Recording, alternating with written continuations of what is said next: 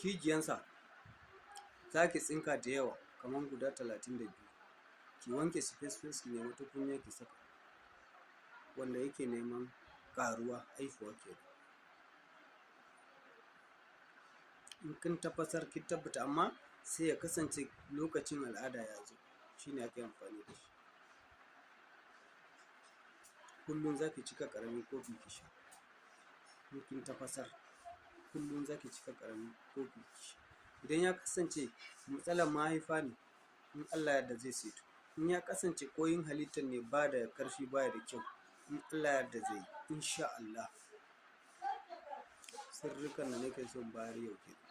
Wanda kuke kira na a waya ba kwa samu na, ku yi haƙuri, ayyuka ne a gaban juna sosai.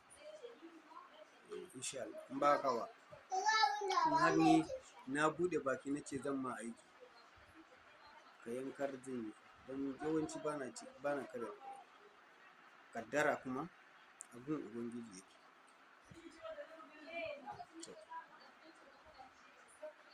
Na yi ɗan magana kan kaifa shajaru. Hatimin su musallasu ne. Hatimi ma Allah ya bani ilimin shi sosai. Ni ba abun da zan ce wa Ubangiji illa godiya. Sirrikan nan da nake bayarwa, idan ka so ka yi, idan ka so ka yi, ya rage maka.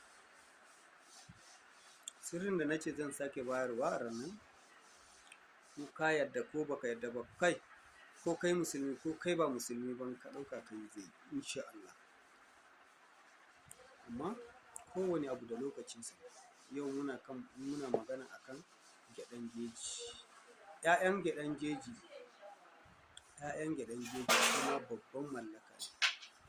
'Ya'yansa in ka ɓare shi za ka ga 'ya'ya ƙanana tukun. Shi ne za a nemo da yawa a daka. Idan an daka ya daku sosai, ya daku, za ka ɗauki kaɗan kawai wanda kake so ka mallaka, ka kira sunan shi, ka tofa shi ka sa a abin sha.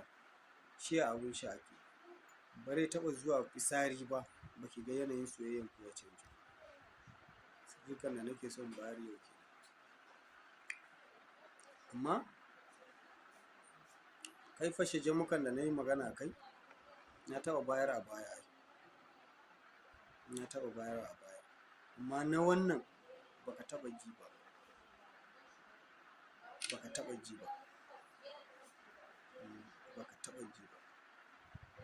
Zan bada shi, amma bari a yi amfani da wannan abu.